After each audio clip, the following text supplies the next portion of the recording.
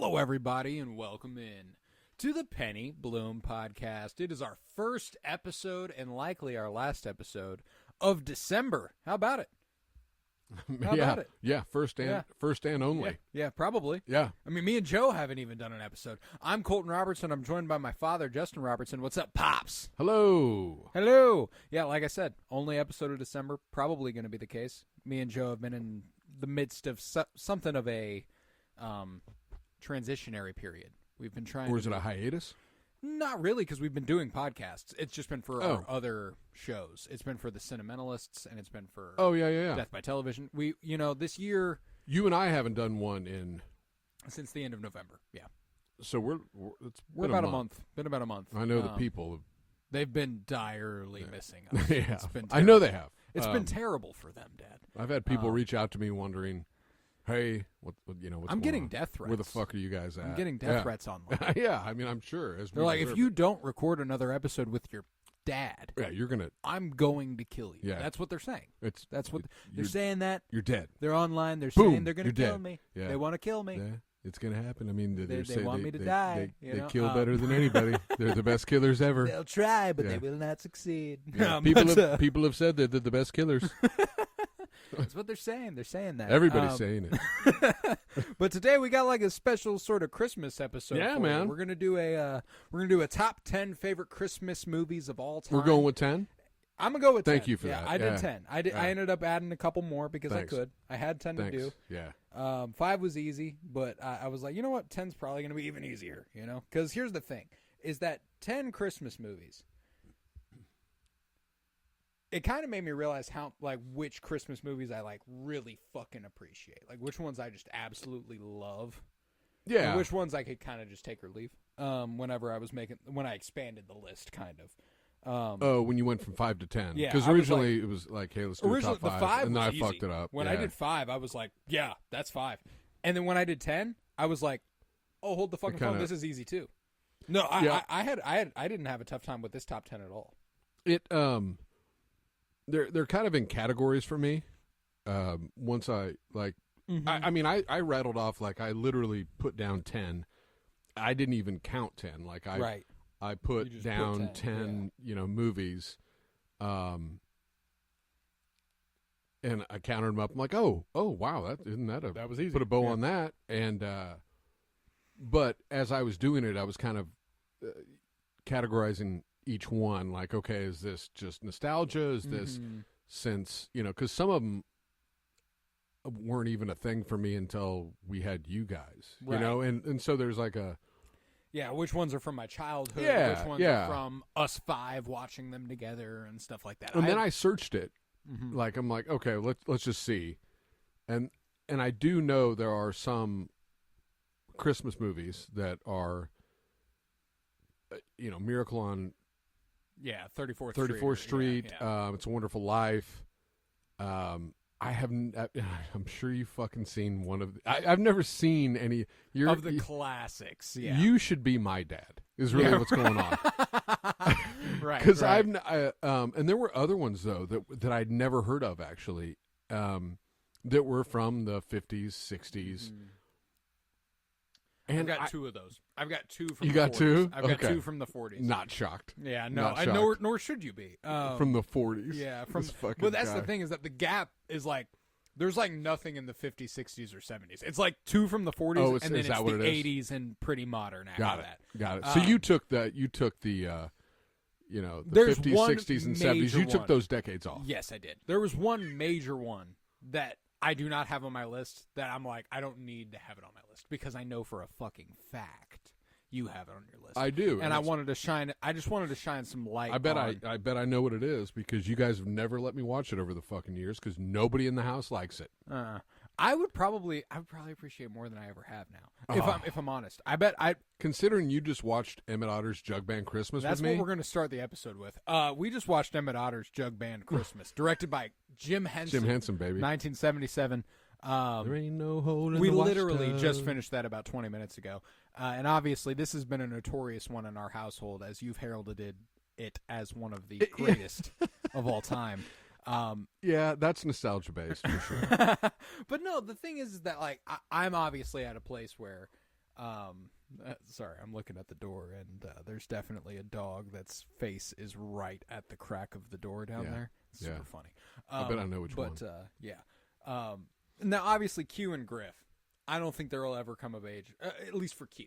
You know, Griff's still got time. He's got plenty of time. Maybe he'll come around. Here's the thing. I'm going to interrupt you, and I apologize. I know what you're saying. You're okay.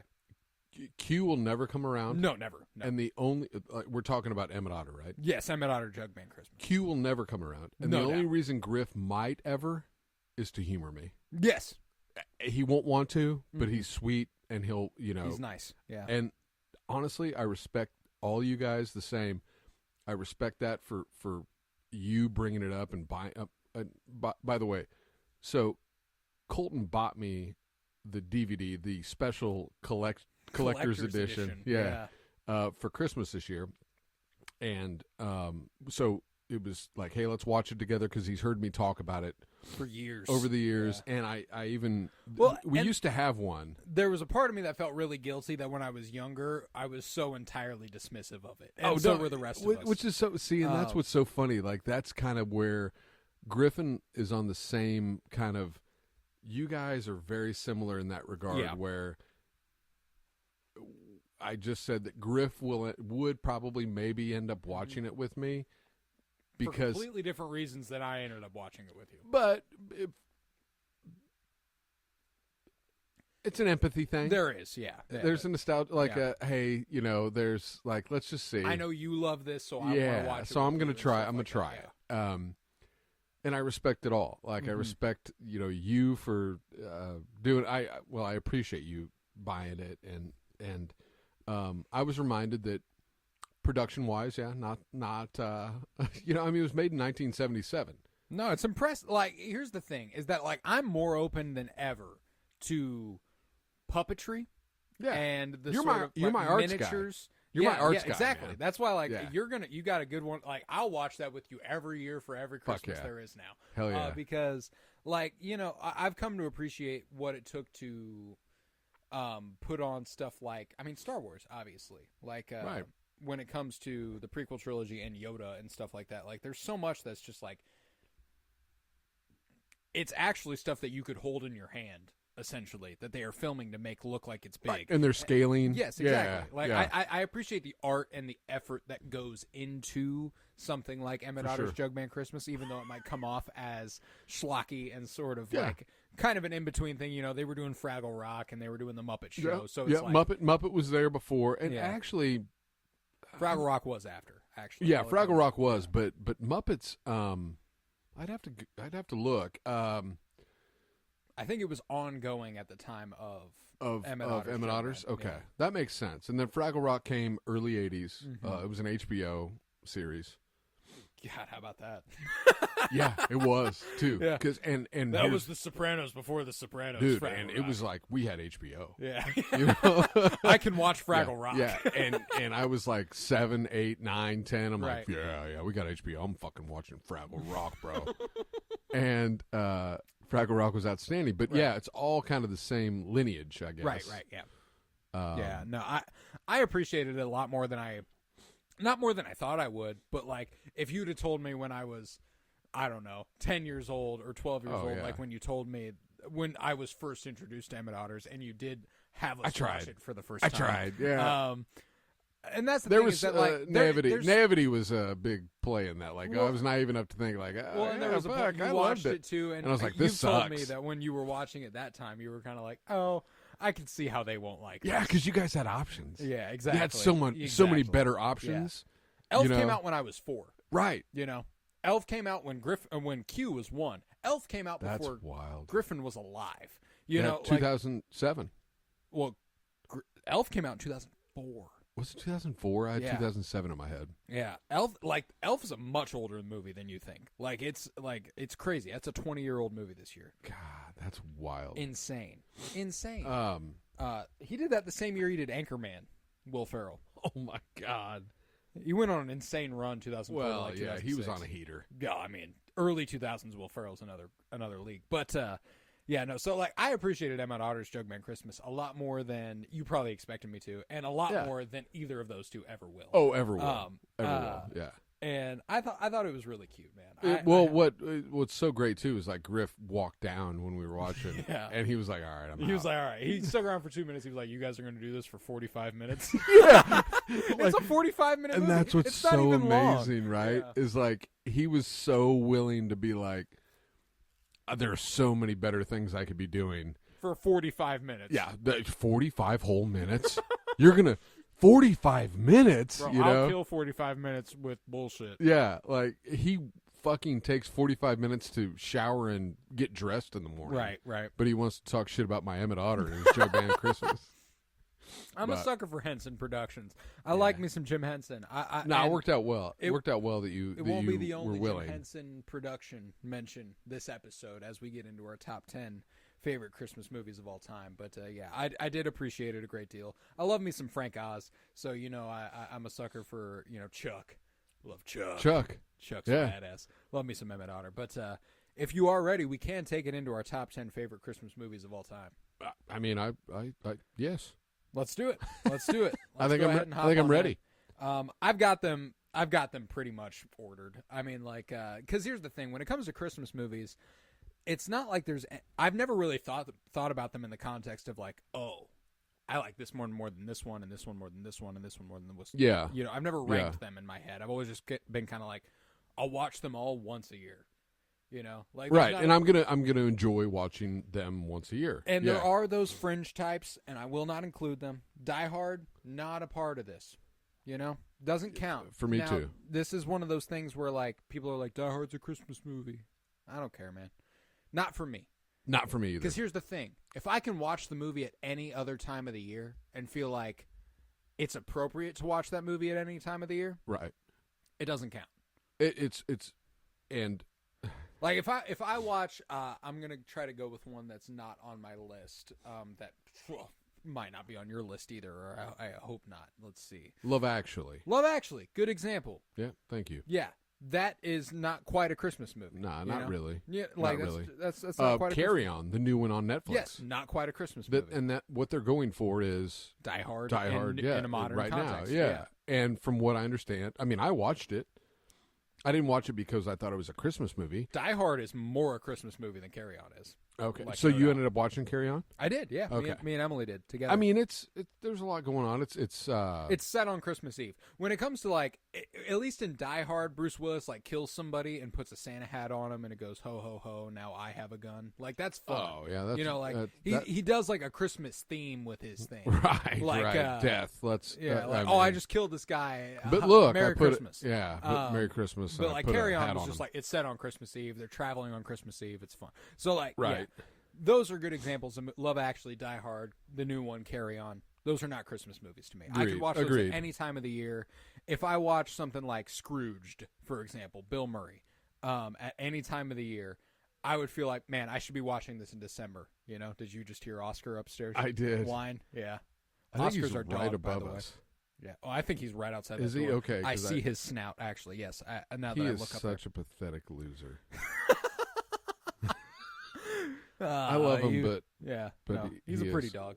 But he's so cute. he's so cute. He's so cute. But so no, that's I agree. There are movies like those classic Christmas movies that you go, oh, this is a Christmas movie. If I watched it in May, I'd be like, I should be watching this in December. Those are the sorts of movies that I have on this list. If there's a movie that I could watch in December, but I'll watch in May and I don't feel weird about it, not on this list. You know what I'm saying? That's the kind of criteria I used. Correct. If that makes sense. And I did tell you I cheated on it. Yes, you did. Yes, you did. You lumped franchises together. I did. The list was so robust that robust. Good word. And really, I went 1 through 10, like I mentioned, and when I did it, when I listed these 10, right, I included, for instance, Home Alones or other franchises. Right. Like they're together, and it's cheating, and I understand that. But I'm not going. You are not going to have me. You're not taking that away from me. You're not going to have me say whether I like Home Alone 1 or Home Alone 2 better. And I'll tell you what. You won't have my dad say that. You'll have me say that. I know for a fact which one I like more. So I actually have. I mean, I think I know which one I like better, but I really did cheat and be like, all right, fuck it. I'm not going to take up 2 spots with 2 Home Alones. I respect that. I'm going to take up 1 spot with it. No, I it's I efficiency. Appreciate that. It's Six Sigma shit. Like it's it's lean Six Sigma. Look it up. Look it up. The fucking green belt bitches. No, I'm with you. But yeah, I think with that we can go ahead and take it on in. If you want to start us with your 10th favorite Christmas film or franchise according to your list. Right. This is a film. It is easily the one that got to me last. In terms of 1 through 10, like the one that you're like, oh yeah, I should add this. My latest in life. Oh, yeah, I see. Okay. Yeah, and I love everything about it. I love the ensemble cast. I'm a sucker for fucking narration, so I love. We've got the same 10, baby. Let's go. Do we? Yeah. I love that you realize at some point it's the fucking dog that's narrating. And the dog is Steve Martin and Diane Keaton and fucking John Goodman. Yeah, that's a goodie. So love the Coopers. The Coopers. That's is my 10 too. dude. I love it. I'm and a sucker it could have. for it. I really. The reason I put it at 10 and not, I might enjoy that movie more than some other ones on my list, but it's just. For me, like I started enjoying it. Yeah, you went. It was 2015. It just feels like more of an adult movie. Yeah, I'm with you. And not even adult, but like it's a full-on Christmas movie. It didn't come out until you were almost 40. Yeah, like but it doesn't feel like as much like Elf is like you're obviously like it's what about we're an going elf for. who came from the North Pole. Like no, Love the Coopers is a family drama that's set at Christmas. Yeah, but everything about it is so great. I'm with you. I'm with you on Alan Arkin and Alan Arkin's Olivia Wilde, amazing, and, dude. What's her? That dude, Amanda Seyfried, the dude from The Office. Yes, the kid from The Office, the kid who plays the new John Krasinski. Yeah. The next up. New Jim, I think the is new what they Jim, call yeah. him. But I can never remember his name. You know, he always reminded me a lot of the guy who did the physical therapy on my left knee. I had 2 different guys. One guy did my right knee whenever I had surgery. Which one did you left? A guy named Jeff at Centerpoint. A guy named Jeff. I love Jeff. Jeff was a good Jeff dude. reminds you of the dude the dude in Love the Coopers Love and the Coopers. Also in The Office.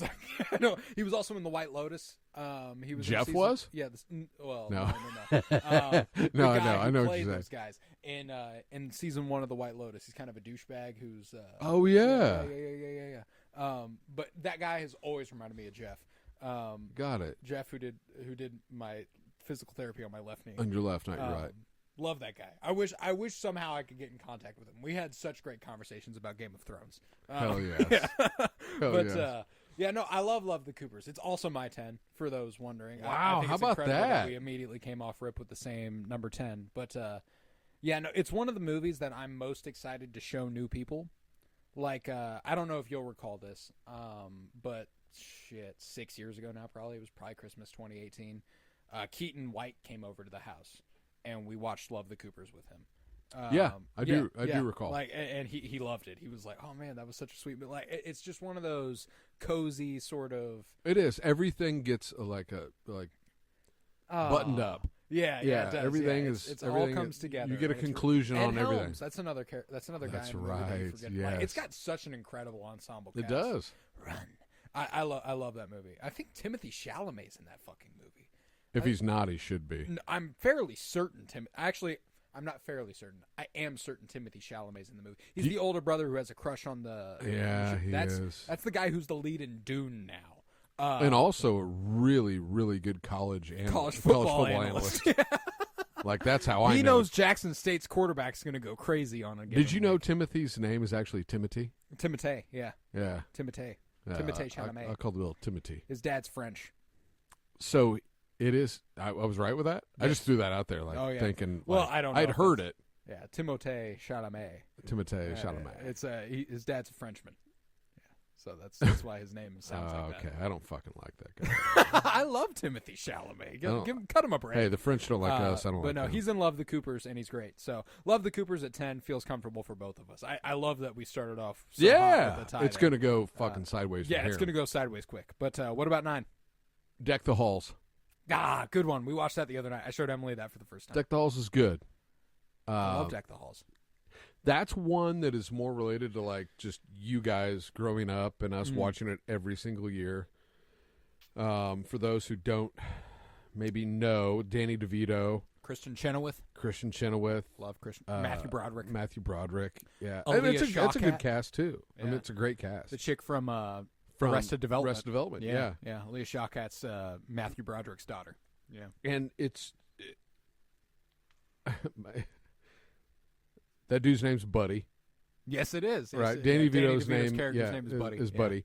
And it's just interesting, like it's full on Christmas. It's Die Hard, let's decorate our house so that it could be seen from space. That was his whole fucking goal. And deal. And it drives Matthew Broderick crazy on a few fronts. One, he's not the Christmas guy anymore. Yep. And two, it physically like makes it harder for him to sleep. The light shine through his window. Yeah. It's good stuff. We literally watched it the other night because we've been watching It's Always Sunny in Philadelphia. Yeah. And we finished it. Danny DeVito's so fucking good. Oh, I love in everything Danny he DeVito. does. Well, it's incredible because like this is what I knew Danny DeVito from first. I didn't see Danny DeVito in shit before I saw Right, that's true. You know that's what a I'm saying? good point. Like that's what I knew Danny DeVito from. And then Yeah. we watched It's Always Sunny in Philadelphia. We finished It's Always Sunny in Philadelphia earlier this month. And then we were like, I was like, oh, there's a great Christmas movie with Danny DeVito in it. Let me show you it. And I was like, holy shit, Danny DeVito's a great fucking actor. Like he's nothing like Frank Reynolds. No, and what's a perfect example of Danny DeVito and just how hilarious he is, and the movie itself, is when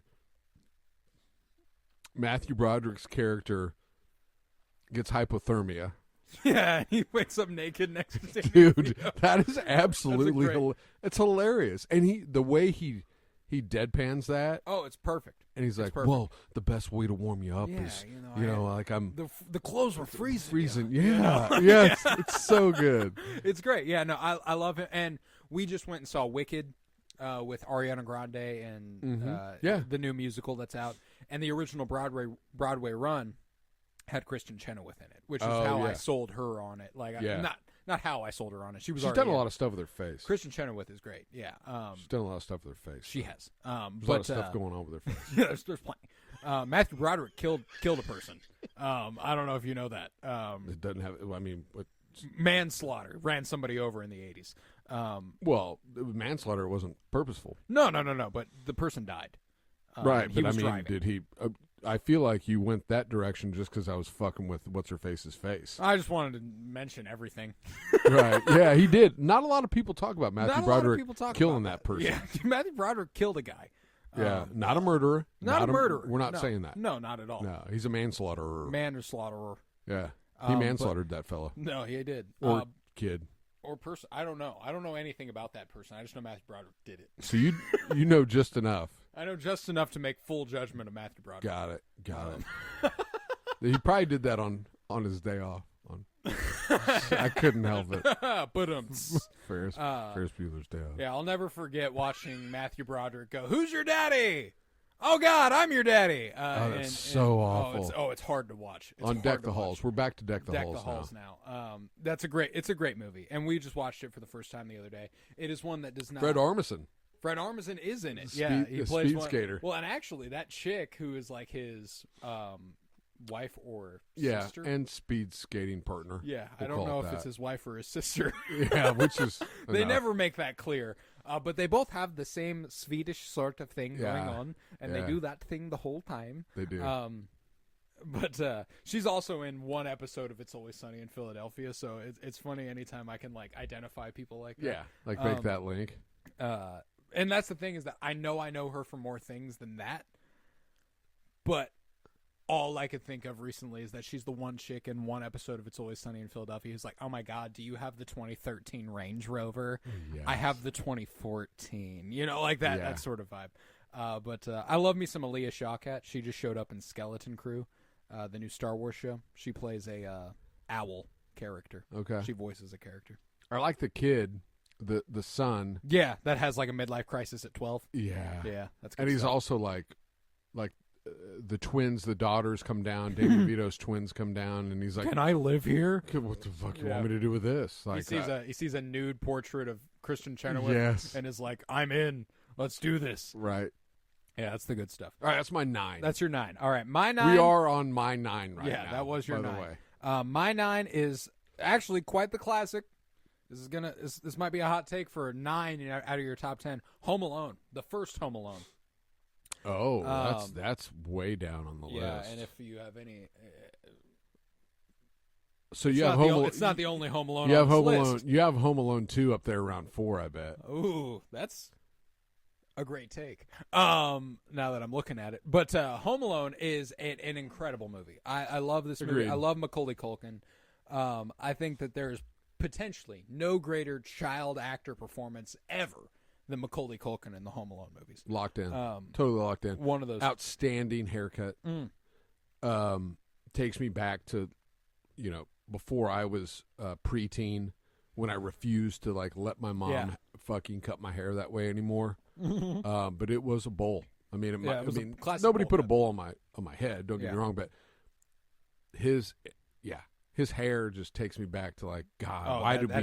Why did y'all do that to us? Type 1989, 1990. Yeah. And for me, it was 84, 85. But seeing him in that movie, that's exactly what they did. Yeah. Back to your point, though. Amazing Incredible. as a child actor. Oh, incredible. Yeah. And there's something to be said for there's just so much to love about the movie. I love Catherine O'Hara, obviously. Yo, she's I've grown amazing. to love Catherine O'Hara for a lot more, but this, going back to the Danny DeVito being the first thing I ever knew him from was Zach Halls. For years, the only thing I ever saw Catherine O'Hara in was the Home Alone movies. And Kevin! That is how I knew who Catherine O'Hara was. And now I've seen Schitt's Creek and Beetlejuice and all that stuff. So I absolutely adore her. But Joe Pesci he did this the same year he did Goodfellas. That's right. Goodfellas and this came out the same year, and then Home Alone 2 and My Cousin Vinny came out the same year. What a run. Dude was fucking busy. What a run. Homie was on one. And I love that for him. I love Joe Pesci. And also, forgive me because Marv. No idea what that actor's name is. His last name's Stern. And I want to say Howard Stern. That's why I was I apologize because it's not Howard Stern, but Daniel Stern, maybe. I'm going to find out. He is fucking... he's the best part of the movie. Those two are unbelievable in that movie. I mean, everybody is. Wow. What a hole. And actually, that might be 2. That is 2. And Daniel Stern was correct. Good shit. Oh, good. Good. I hit that one. John Hurd also, by the way. 2... and I'll talk about it a little bit later. The second one I feel like is more entertaining because they get more out of Stern and they get more out of Pesci. I agree with that. They lean. It takes a little while, but then they lean heavy into that. Mm-hmm. You're also in a new setting. Stern is the narrator, and we talked about narration with Love the Coopers. Yeah. Narrator of Wonder Years, one of my top. Oh, I didn't know that. He's the guy that voices that whole shit. Okay. Probably a top 10 show for me growing up. Yeah. But no, I agree. Yeah, Home Alone, can't argue that at 9 for you. Yeah, that's my 9. And that's Home Alone 1 since you stuck to the rules. I did stick to the rules. I didn't group franchises. So I will spoil. Home Alone 2 is on here, but it's higher than Home Alone. Yeah. Well, that makes sense. Home Alone 2 is better. It is. I will except there's one major part that's worse, and I'll get to that. Okay. Yeah. I look forward to that. My 8, and this is more in line with Deck the Halls. This is more in line with what I just went over. Didn't discover it until had kids, had a family. Christmas with the Cranks. No. I look forward to Christmas with the Cranks every year. Jamie Lee Curtis, Tim Allen. Tim Allen. Good stuff. Yeah. It's just it's just so fun to watch. I mean, Dan Aykroyd. Yeah. Dewey from Malcolm in the Middle. He's one of the neighbor kids who fucks. Is with, he? Yeah. I'm trying to think of like Dan Aykroyd's character's name, but it's amazing. Vic Frohmeyer. Yeah, the Frohmeyers, and they all have the giant fucking Santas that they put on their ribs. His son is Dewey from Malcolm in the Middle. His son is Spike. Yeah. Spike Frohmeyer. Yeah. Cheech from Cheech and Chong. Yeah, Cheech from Cheech and Chong. Yeah. And Gary Busey's son is his partner. Yeah. Jake Busey, I think is his name. Yeah. Anyway, Christmas with the Cranks. Yeah, that's a good one. It really is. Did you know that's based on a John Grisham book? That's wild. You've heard of John Grisham. You know, like he's a pretty notorious mystery he's author. Done a lot he's done a lot of shit. Yeah, I looked at the IMDb credits. It's a screenplay by Chris Columbus, who did the Home Alone movies. Right, yes, he did. And John Grisham is the novel based by novel based on. Chris Columbus is busy. John Grisham is versatile, obviously. Yeah, he's done a lot of stuff. But yeah, Chris Columbus, he also directed like a bunch of the Harry Potter movies. Like, that's crazy. I had no idea he wrote Christmas with the Cranks. I didn't realize that either. Yeah, Jamie Lee Curtis and Tim Allen. I've obviously always been a big part of that. One of the guys that I always love is the faux, or like the fucking Santa Claus. Yeah, the ambiguous Santa. I mean, he's Santa. Yeah, he is. That dude is Santa Claus. He is Santa. I was getting ready to say that. The little fucking dude that's trying to hand out umbrellas or sell umbrellas. It's fun. Every time I see this guy in anything, I'm always like, God, what do I know him from? And every I didn't time know he's in anything else. Yeah, well, I can't remember. Let me see if I can find what else I've... Oh, What's Up, Doc? Funny enough.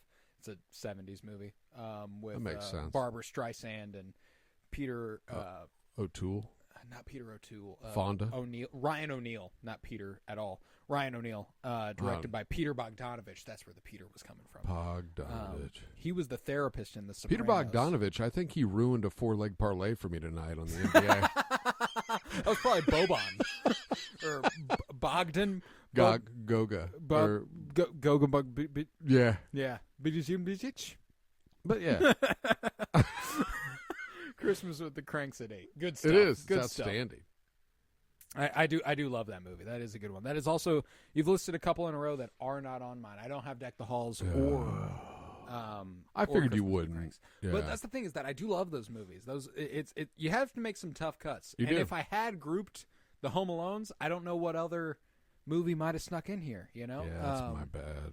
Now, I've got a lot of heaters on here, man. Let's go. I got some heaters, so it's hard to be like, this is 7, but I think it's 7. This is where I have Fred Claus. Is that right? Yeah, Fred Claus, and it might be low. Now that I'm looking at it, it feels a little low. No, is that I can't argue that. I mean, I think if it's in your top 10, that's true. Respectable.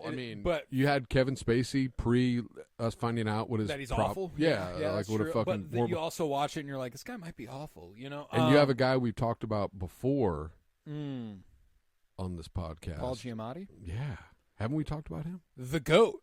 He's so good. I love Paul Giamatti. If I have one movie that features, that's actually kind of crazy to consider.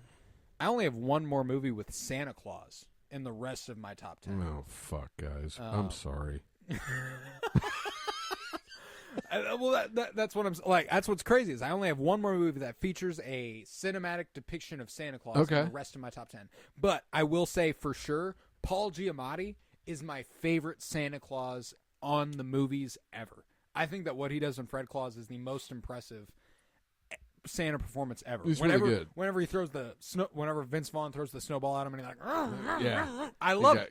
Gets his engine running. Oh, dude, I love it. I love him as Santa, and Rachel Weisz is in that movie, and she's fucking dude. I've loved her since The Mummy. Yeah, we were on the same page there. Yeah, those thin ass eyebrows and everything. Love everything about the movie. I mean, the movie's great. That's how I feel about Rachel Weisz. Fucking Vince Vaughn. Oh, he's great. Ludacris. Just doing what he does. The dude, Well, what about that fucking guy? I know what fucking guy you're talking about. The little dude. He's the elf. Well, him and Elizabeth Banks are in this. Elizabeth Banks is amazing too. Elizabeth Banks is great. I can never remember that guy's name, and it's funny because I can always remember Elizabeth Banks' name. But they actually do. He hosts a show on the fucking Game Show Network. Ask America. Or yeah. what well, he's America also, says or something. Him and Elizabeth Banks are also in Pitch Perfect together. They're the never seen it. Oh yeah, you have. Shut up. No, I haven't. Pitch Perfect's great, but they are like the commentators of like the. Is it like Glee? No. John Michael Higgins is the guy's name, which is wild because I've never known that guy's name. I read his name there, and I was like, that doesn't even sound. And you know what? You me. won't remember it again. No, I will not. You'll have to look it up again later. But Elizabeth Banks, you won't. This is not the first time I've looked up John Michael Higgins. No, and it's because Elizabeth Banks is a fucking smoke show. Yeah, you'll never have to look her name up. But John Michael Higgins is hysterical, and his relationship with Vince Vaughn, and him trying to win over. Yeah, Elizabeth and where Banks they're like everybody's making bad decisions and they're dancing and shit. Yeah, we're making bad decisions. Let's we're go. Doing yeah. No, it's a great one. That is a perfect example of Vince Vaughn. Kathy Bates is Mother Claus. Yeah, you thought Kathy Bates was dead. Whoa. That's false. I mean. You can go to jail for like saying somebody's dead and they're not. Can you? That's what I heard. Why won't you be more like your brother? Jeremy Swift is Bob Elf. He's the guy who discovers email. Oh, yeah. I'm sending you in all caps to demonstrate how angry I am. Yeah. All that good stuff. He's also in Ted Lasso. He is. Yeah, he's like the GM guy. Yeah, he's around. I can never remember what his position is, but he's like an assistant. Good call. Yeah. So the incredible ensemble again. Kevin Spacey being the villain who always wanted a Superman cape, and he like tucks it into his which is. I don't know how that's aged. Oof. Like knowing what we know now, type thing. Right. Yeah, he's a rough character. I mean, person in general. And he wants to wear a Superman cape. Yeah. Why? Why do you want to wear a Superman cape, Kevin? Because he wants to connect to the 7. What's your 7? So, you've mentioned my 7. I thought I might have. I thought I was taking a shot in the dark that you might not include, and I'm actually super happy you did. I originally I had it at 5. Ooh. Well, in my head I had it at 5. I'm like, when it's going to be a top 5, I have to have this. I mean, the lead's a fucking. And then I had to force you into a top 10, and because this didn't make my top 5, was this like the motivation? You're like, I got to mention this movie. Yeah, we gotta. Bill Murray. I mean, what an amazing rendition of a holiday classic, right? I mean, it's the Christmas Carol, and they do it so, like people talk about like, oh, you didn't do it justice. They did this motherfucker justice. Like Scrooged. It's so good. Scrooged. It's so good. I will say I do not have this in my top 10, but only because it's actually another go ahead. I've only watched it once. Yeah. I could never get anybody to watch it. And because it's more of an adult, like, why would kids want to watch it? I bet. But I watched it when I was a kid. I think I watched it when I was 15. I legit think the last time I watched it was almost 10 years ago, and I remember liking it a lot. I just haven't watched it since. We were scrolling through movies to watch the other night. I was like, Scrooged, I really need to revisit that. The end of that movie where he's doing his, he's talking to the camera,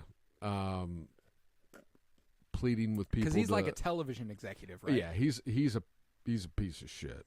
Scrooge typically he's a fucking piece of shit. He was going and getting sloppy steaks on the weekend. Yeah, sloppy steaks. You know, they can't stop you from ordering a steak and a big glass of water. He's such a piece of shit. He knows he used to be a piece of shit too. Yeah. No, but, he's a network executive. They're trying to put on this live showing of A Christmas Carol. Gotcha. Like that's the whole. Never been done before. They're trying to live network TV. Mm-hmm. A lot of pressure, right. But he ends up being. And I think I've told you, like, there's another Christmas movie that I went and saw at the theaters with my best friend as a child, Justin Williams. Right. I saw this at the movies no kidding. with him too. That's cool. That's really cool. It's just kind of an afterthought now. I didn't think about it, but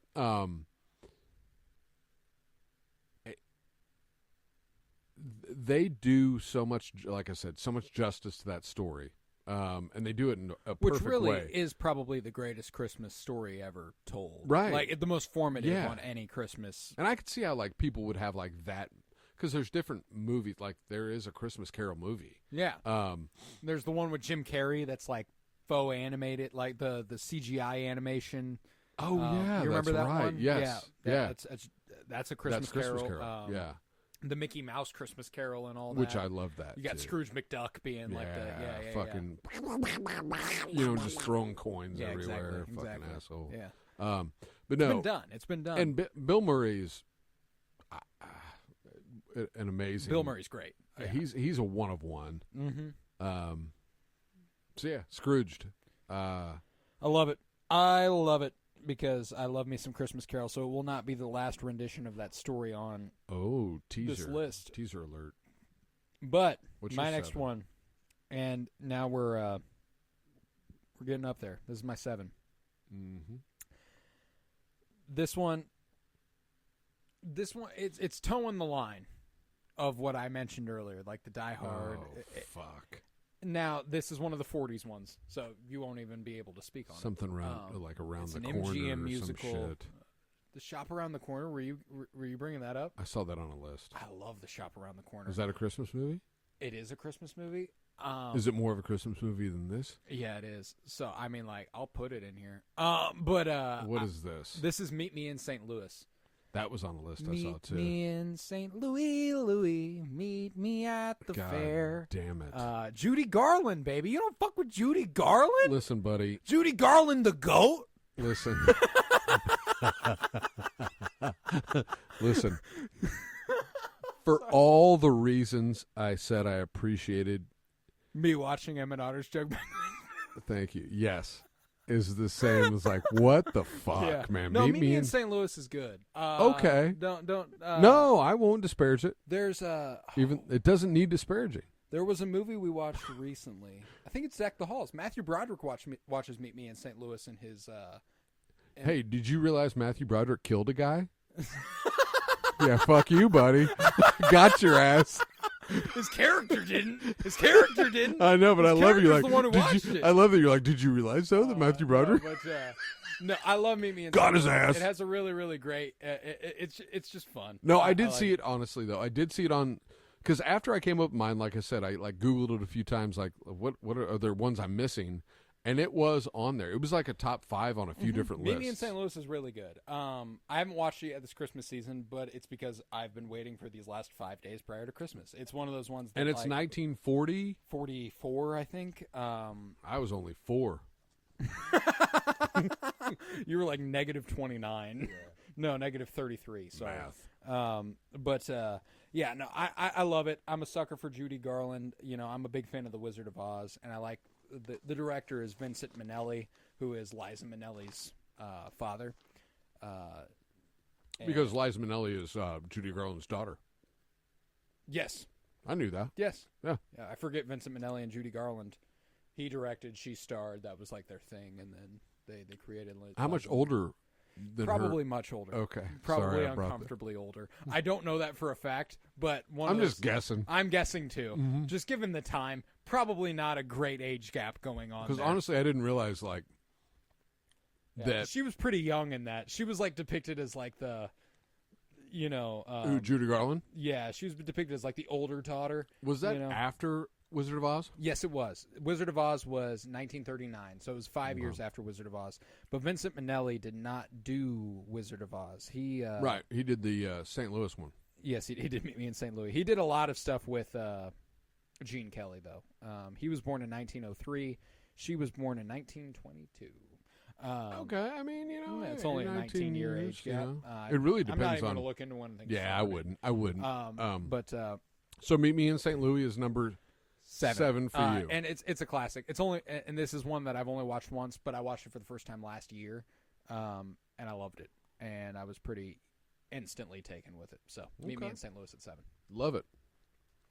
6 will be quick for me because it was your 8 with Fred Claus. Okay.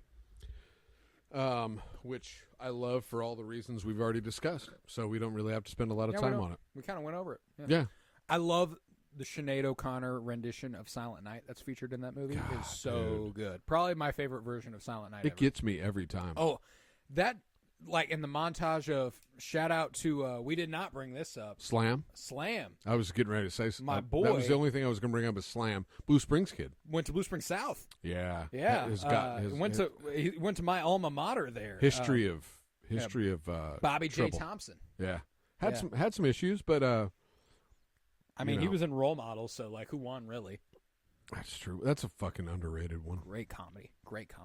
McLovin wears right there with like "I Love You, Man." I think that those are two really, really underrated very similar comedies. Or if you don't know how to speak, similar.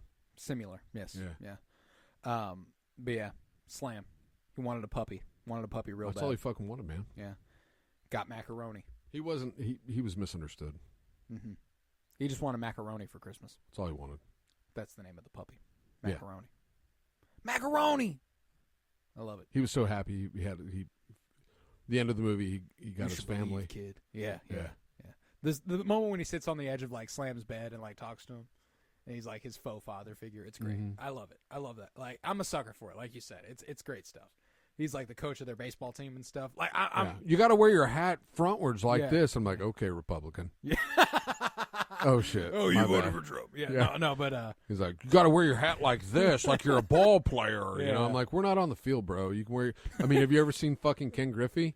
Ken Griffey's a fucking pimp. Oh, by the way, R.I.P. Ricky Henderson. Man. Yeah. Not to get. I don't want to get sideways though. We got to stay on point. We've been on here a while. Rip Ricky Henderson. It's only been 45 minutes. We're doing pretty good time. Okay. Good. Yeah, we're doing pretty good. But my 5. No. It would be your 6. 1, 2, 3, 4, 5. Yep. You are correct. Yep. My apologies. No.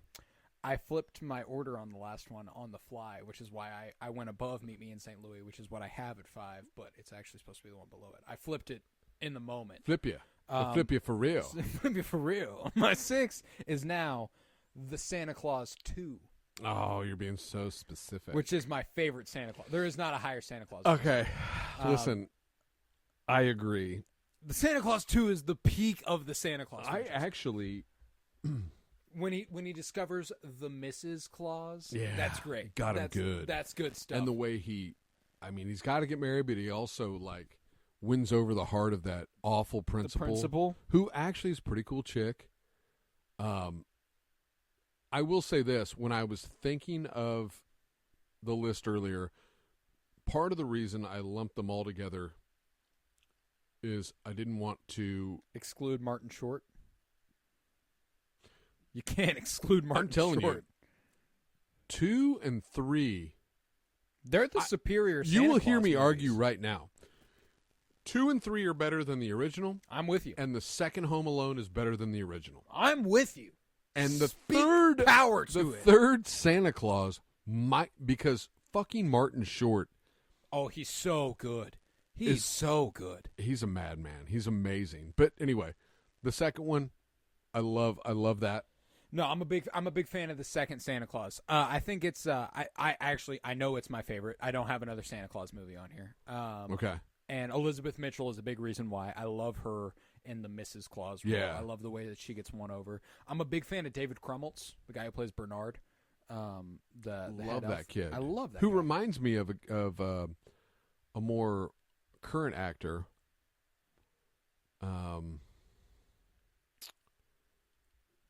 It's on New Girl, I believe. Yeah, Jake Johnson. Kind of reminds me Nick of Miller. Yeah, like that. I that could have been 100% him. see what you were that talking about. could have been him. 20 years ago. You are. It's actually mind blowing that I've never thought about how you never similar put that they together. look. Yeah, they look incredibly similar. 100%. I'm with you. He was actually in Oppenheimer last year, and he is so fucking good. That guy, kid, David Krumholtz. He's not a kid anymore. The guy who plays Bernard. He's actually like Bernard really wasn't a kid. Like then. if you watched Oppenheimer, he was actually 200 years old. True. I think if you watched Oppenheimer, it might take you a second. Like, I would have to go, like, that what? was Bernard. And you'd be like, oh, no shit. Oh, yeah, I see that. You know, like, he's a much larger, much older man now. He's hilarious dude, though. Born to post. Guy is so funny at tweeting. Very, very funny. No shit. Yeah, super funny on Twitter. At least he was. I haven't checked him out in a while, but the second one is good though. Oh, I love it. Just and I'm a sucker for the romance. Anytime there's a romantic storyline in a movie, it automatically makes it better for me. The kid keeps getting into trouble. He's wanting to deface property. Yeah. What was that kid's name? Come on, Tim Allen Jr. Yeah, I can hear him saying his name. Charlie. Here's Calvin. my thing, though. It's played by the same kid. He was in the first movie. He was. This is going to sound bad. I always thought he was kind of a pouty little pussy. He did it the first movie. Your dad's Santa.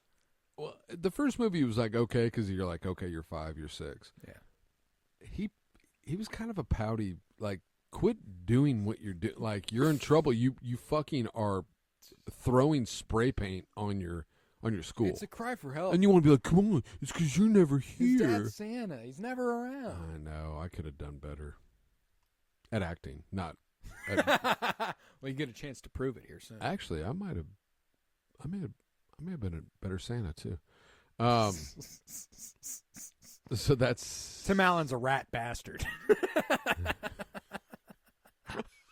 The fucking rat. Hey, by the way, he got caught with like a kilo. Yeah. And you know how he got out of it? Ratted. Fucking rat bastard. That's Detroit. why I brought it up. Fucking Detroit. You can never see him on the other side of You 8 Mile. fucking rat. Good looking, black gate carbine. You rat bastard. This night will probably be your last. And with that, my number 5. Sorry. Go ahead. Am I on number 5? Yeah. Because Santa Claus 2 is my 6. Is the Santa Claus series. Fuck yeah. I have the Santa Claus as my number 5. Like, and I did that to be lazy again. If Santa I had Claus 3 underrated. Oh God, yeah. If I had to put it in order, I'd probably put 2, then I'd 3. go 2, 3, 1. And 2 and 3, honestly, that's a and that's then like a, that's giant gap, and then the new fucking Disney Plus series. I'd be depending on the day, I might be inclined to go 3 as the best. Because 3 has the toy Santa, right? Yeah, I love Coco. I love Coco. Yeah. He's Buzz Lightyear essentially. Basically, yeah. In factory mode. Yeah. But Martin Short's amazing. But anyway, so yeah, my 5 is the Santa Claus trilogy or series. Well, and we got to give some love to Martin Short, but you can't lose sight of Mother Nature over there. Hey, that's Queen. That's hey, Queen right watch there. Watch it. I'd never forget Mother Nature. Yeah, and old boy that was in Love the Coopers, he's why the fuck is he's Mrs. Claus's dad. Yeah, Alan Arkin. And Arkin likes Mother Nature too. Yeah, he likes Remember Mother how much Nature he liked a Mother lot. Nature? They're from like Canada, or like he thinks that Tim Allen's from Canada. She moved to Canada. Yeah, we're just going to Canada. That's good stuff. That's good. Mother stuff. Nature was pretty big on Comedy Central. For a while, there was I think it's a Joel McHale. You know who Joel McHale is, right? Mm-hmm. Oh, fuck yeah. He kind of got his start on like a daily. Didn't Joel McHale do like Soup? E-Soup? Mother Nature was on Soup She was for on a long Friends time. too. Yeah, She was like David Schwimmer's like contemporary, Ross's contemporary, and she's a very attractive I wish lady. I could remember what her name was, and I cannot find her in the cast list, which is really pissing me off. A lovely lady. Very, very attractive woman. Is what I'll say. Gorgeous woman. I'll just say she's a lovely lady. Cameron Monaghan is apparently in Santa Claus 3, which means I have to rewatch it. He's a Star Wars guy. Love Star Wars. Yeah. Yeah, really, really pissing me off that I can't find Mother Nature here. It's all right. We'll come back to it. You got Roy, the Tooth Fairy. Fuck, that dude's. Aisha Tyler. Aisha. Tyler. I urge you and all the young listeners out there to look up the band or R&B group Another Bad Creation. Another Bad Creation. Okay. I'm in. Bivens from Belle Biv DeVoe produced Another Bad Creation. ABC, BBD, the East Coast Family. Yeah. Remember that? Yeah. Another Bad Creation had a song called Aisha. Aisha, you're the girl that I never had. So yeah, Aisha. She dated Joey on Friends for a while. Yeah, but that didn't matter to me because I never really fucked with Friends a lot. I mean, it wasn't featured on my top 10 favorite sitcoms of all time, if you'll recall. I do recall. But love her in the Santa Claus 3. I love that. I love that because she is Mother. Got all the way to fucking Santa Claus 3. Just because Aisha Taylor. Just because of Aisha Tyler and Martin Short. Okay. Martin Short's with Meryl Streep now. Did you know that? Good for him. Yeah. Very good for him. What a performer. Very good for him. What a performer that dude is, though. Oh, he's incredible. His Jiminy Blick or whatever. Oh. His where he puts on the fat suit. He acts like he's the fucking... He does this whole thing. I will say this. He is the best insult comic ever of all time. Mm-hmm. And I'm talking he was on Jimmy Fallon the other night. Not a roast. He will just teasing people. He will just insult you. There's no Between Two Ferns, Zach Galifianakis without Martin Short. No way. Without Jiminy Glick, Glick maybe Jiminy Glick. Glick, yeah. Without that, there's no Between Two Ferns. Right. He was on Jimmy Fallon the other night, and he just went on a roll about how he was like Jimmy Luigi Mangione Fallon, and he talked about how he's they caught you at January 6th, didn't they? You got to go on trial soon, and all that's he just kept going at him for completely ideologically contradictory ideas. Yeah. He was like, you're all of these crazy things that are flash buzzwords, and I thought it was hysterical. He's amazing. He's wonderful. And that's why I included the Santa Claus trilogy as my 5. Meryl Streep being like, you know what, Martin Short, is just really good for all of us short dudes out there. I mean, Streep, what's she 5'6"? But she's Meryl Streep. She might be 5'6", but she's feeling like she's 6'5". You know what I'm saying? 6 foot, 7 foot, 8 foot bunch. Yeah, but my 5 is Home Alone 2: Lost in New York. It's a good one. It's the best Home Alone movie, and it's because there's really only 2. You got the backdrop of Home Alone. You got the backdrop of New York. I love New York. Yeah, Central Park. It's beautiful. Bird Lady, love Bird Lady. Bird Lady's amazing. Bird Lady's the best. I think that's a one. And there's some. He's at home and it's familiar, and it's okay, he's on home turf. This is an even bigger underdog story. You've also got Tim Curry in Home Alone 2, by the way. Yeah. And Rob Schneider. What also. A disastrous fucking hotel group management of system? workers. Yeah, awful. You guys are sorry. I don't know how you thought a TV turned up loud was gunshots. They crawled out of that hotel room. Tim Curry, I'm sorry. Everybody get in your room. You were better off being Dr. Frank. There's a gunman. There's a gunman on the loose. Everybody go back to your rooms, please. He's shooting. The toy shop owner, love that guy. What a G. The turtle doves. The turtle doves. The turtle doves. Here, take the turtle doves. The turtle doves. Yeah, Duncan. That's Mr. Duncan. Mr. Duncan right there. See, that's fresh off the top because I watched it last night. The one part that is worse than Home Alone 1 is down the hall and to the left. Donald Trump is in Home Alone 2. Yes. But that's it. Young, that's a young Don. That's a young Don. Don. That's when he was a TV guy, and that's all. That was actually before that. That was before he was a TV guy. And that was around the time he was he bankrupted a few things and was still he was living off his He was dad's like, money. yeah, sure, I discriminated against people, and they weren't allowed to live in certain buildings because I said so, and all that good stuff. That was. But Home Alone, I'll do the movie. Yeah, Home Alone 2. I love Home Alone 2. And Marv and Harry. They're so fucking funny. What are we gonna do to him, Harry? They stepped their game up in the second. What are we gonna do to him, dude? The fucking bricks that my God, keeps throwing at fucking Marv's head. Yeah, and Marv just keeps getting up and taking it, and Harry just keeps. Actually, what are we gonna do to him? Harry might be. That's the first one. That's whenever they've got him pinned up against the wall. Yeah. And the guy with the shovel. Wow, what a hole! That's the second one. Yeah. Yeah. Don't worry, Harry. I'll get him. That's the second one. Yeah, that is. Well, and that's the thing is that what I love is that they are ostensibly the same movie. Totally. Set in a different place. And that's, frankly, it's incredible that I can be like, and I like the second one more. Better, yeah. You know? I like this one better. I'm willing to put it out there. Yeah. I just do. I definitely do. It's got, we got Kieran Culkin, really young Kieran Culkin in the mix. Who's amazing. He pisses the bed because of his Pepsi. And I think he does it on purpose, the way he looks at you. Yeah. The way he's like, yeah, come sleep with me. You could just tell that kid was sticky. Yeah, you know? He's ready to fucking chug that Coke and pee all over that bed. And that is... He has like a red-rimmed mouth at any given time. Yeah, you know? he licks his... Yeah, he's got a lot of chap. He's got a chap going on. And who would have thought that he's the best character in Succession? And frankly, one of the best actors working. Dude is so fucking Dude, good. have you watched Succession? I love Kieran Culkin. No, I've not. He's but I've heard great amazing things. in Succession. Is he in there? Can we get him out? No. I love Kieran Culkin. He's in a movie right now called A Real Pain. It's a Jesse Eisenberg movie, and Jesse Eisenberg directed it.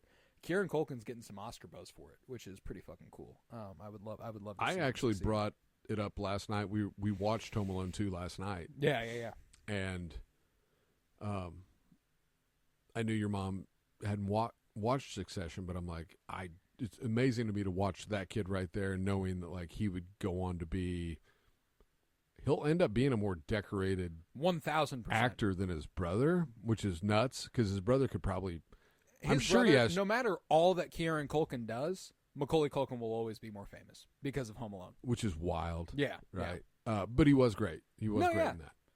But there's a certain notoriety you get from being in a classic Christmas movie, like a movie that people will visit season after season, year after year, no matter what. People are going to be sat for Home Alone. There's something about. I feel like he was going to be a child star no matter if he was in a fucking Christmas, Easter, Halloween. Anything. Like he was built really for good. that. Yeah. That was his thing.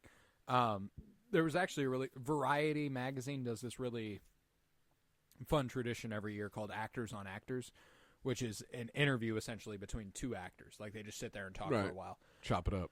And Kieran Culkin actually got to do one with Coleman Domingo. I don't know if you're familiar with Coleman Domingo. He's really, really great. I'm trying to think of a movie you would have seen him in, but I can't really think of one off the top of my head. But because I don't watch movies from the 1940s. Coleman Domingo's he's about your age, so watch it. Just want to make sure.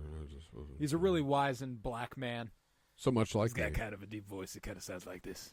He's a great Domingo. He's fucking great. But they sat down with Kieran Culkin. They've got like a buddy cop dichotomy that's just so perfect. Where he's talking about like, he's like, what time do you get out of bed in the morning? And Kieran Culkin goes, I don't get up in the morning. And Culkin goes, what do you mean by like what do you mean you don't get up? And he's like, I've probably never woken up at the same time 2 days in a row in my life. And he's like, okay, you see, like I need 2 or 3 hours in the morning before I get going.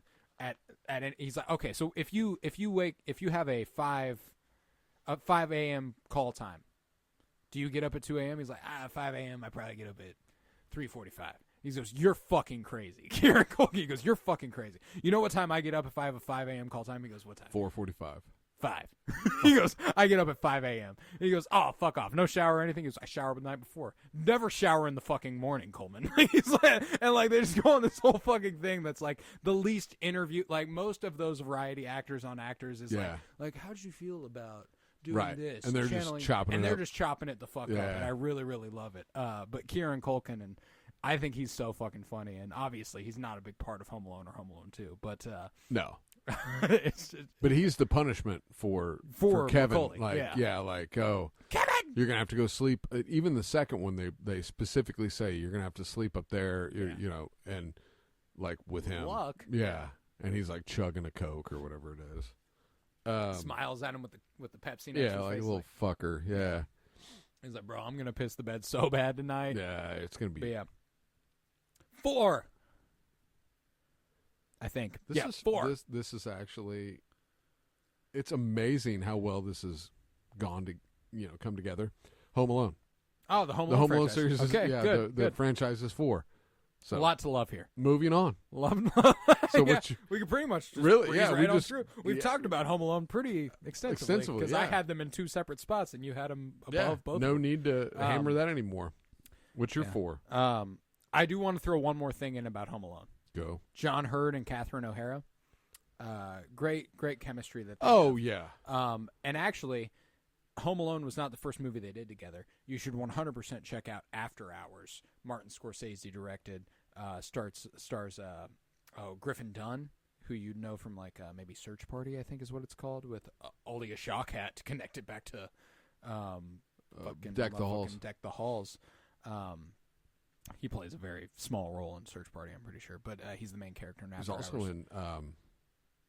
An American Werewolf in London. No, I was going to say The Sopranos. John Hurd is. Yeah. Yeah. Yes, he is. Do we move off John Hurd that I was quickly? talking about Griffin Dunn, the lead in After Hours. But John John Hurd is also in After Hours. Like, John Hurd and Catherine O'Hara are both in After Hours.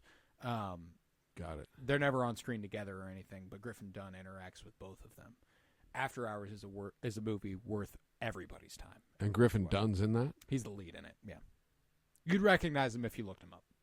You'd see him and you'd be like, oh, yeah, that guy. Okay. One of those guys. But yeah, All right. Home Alone movies. Good stuff. Okay. My 4 is The Muppet Christmas Carol. Good call. Yeah. I'm glad you included the Muppet. I fucking love The Muppet Christmas Carol. It's so good. Oh, it's so good. And, you know, you included Scrooged. There was no way you're going to do a top 10 Christmas movies of all time and not have a version of The Christmas Carol in there. Right. It's just that iconic of a story. And Michael Caine being, like, not the only human actor in this movie, but being the human actor in this movie is really, really great. I think there's... It's kind of incredible to watch a guy who is obviously taking his craft so seriously. Michael Caine's amazing. Sir Michael Caine, I love everything he does. He's got that real posh thing going on. He sounds like that all It's a whole the thing. time. It's a He whole sounded- thing. He sounded the same for 50 years, and that's how he sounds. Similar to Sean Connery. Yeah. And not I just love him. because they're both British. Yeah, they got and I don't even want, like, you could go 2 blocks up the street in London, in, you know, England, and all of a sudden you've got a new accent. I don't even want to take a shot in the dark. Then at you what got the accent- Shelbys. Yeah, the Shelbys. They've got a whole little other dude, thing yeah. going on. Yeah. They've got the you're getting a little more Irish there. Peaky fucking The blinders. peaky fluking blinders. Yeah, no, I love the Muppets. So you know, going back to the Hensons and the Henson Productions and everything, I was looking. I was more than anything why I was ready to watch him at Ours Jug Yeah. Christmas, because I love the Muppet Christmas Carol. And it is genuinely my favorite version of the Christmas Carol story. I love that. I think that, I didn't realize that. oh, it's incredible. And you know, Gonzo plays Charles Dickens. Yeah. He's like Gonzo as Charles Dickens. I love that they don't credit like the actors or the puppeteers playing like no. No, that's fucking Charles Gonzo, bro. Charles Dickens is played by Gonzo. Gonzo. And Rizzo the Rat plays himself. Which is incredible. Like Rizzo the Rat as himself. That's literally the credit that pops up. Incredible. I love it. The Marleys pop up, and they're the 2 fucking. There are a couple of the classic Muppets that show up. Like I can't remember their names off the top of my head, but I think I know what you're talking about. yeah, the old guys who were his former business partners, and they show up, and he's they're the guys who are always busting each other's fucking chops. Waldorf. Yeah. Mm-hmm. They're always busting everybody's chops. They're making fun of everybody at all times. They're always like in the original Muppets, okay? Because as recently as last summer, I told 2 of the dads on Griff's baseball team, Statler and Waldorf. Yes. I was like, there were 2 dads that would sit down the fucking fence line and just chirp. Statler and Waldorf over there. And I said, "What the fuck you guys doing over here? Fucking Statler and Waldorf." That's good. That's know? good stuff. That's a good. And that's that's a good because I knew them more before the movie you're talking about from the Muppets. Yeah, like the yeah. Muppets. It was like a weekly show. Yeah, and the they Muppet would Show. stand up. Yeah. not stand up. They'd sit up in the balcony of the theater, and they would just fucking bust. There's a moment in the movie where they're and they would just bust balls of laughter. Bear in the movie while they're up in a balcony. They're like, "Oh, you fucking idiot!" Yeah, and they would just bust chops, dude. You got Animals in the mix there. Animals, he's got to be in the mix. Beaker's a bad boy. Good. Beaker cannot be fucked with. You don't want to fuck with Beaker. You do not want to fuck with Beaker, right? Beaker will fuck your shit up. There's a few people you don't want to fuck with. It's Beaker and that chef that I can't understand. That guy. You don't want to fuck with that guy. He's got a knife. He's got There's a no telling what he can Cleaver, do. Beaver. Yeah. Him. But yeah, the Muppet Christmas Carol. You got Kermit as Bob Cratchit. It's great stuff. And more than anything, it's incredible how seriously Michael Caine is obviously taking it, which you have to. But you love that, though. Oh, 100%. And he appreciated it's the Muppets. 100%. This is Jim Henson thing. It's a big deal. It's the late 80s, so the Muppets had obviously. They're well established. They're an iconic entity. So it's I'm sure at this point it is a pleasure to be in a Muppet movie.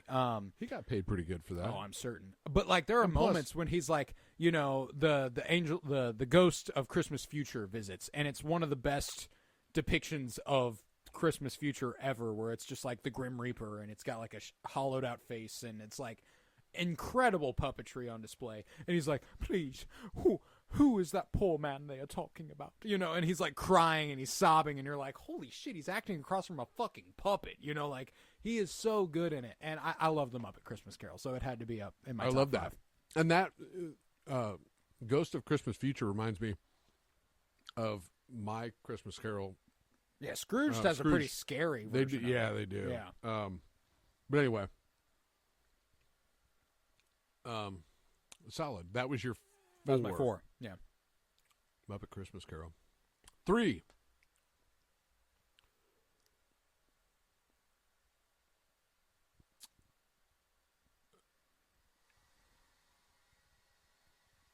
Could be probably my adult number 1. Okay. But taking out nostalgia and where I was and what I did and who I was with and all that good stuff. The Elf. Or Elf. Just Elf. Yeah. Buddy. Elf. James Caan. Mary Steenburgen. Yeah. Yeah. Burgeon. I said burger, which is wrong. I gotta take my. Can I go to my room? I got a bunch. Got homework to do and a bunch of stuff. Bunch of stuff. To do. I'm way behind. I got a bunch of stuff. I got a bunch of stuff to do. Fucking Lannister.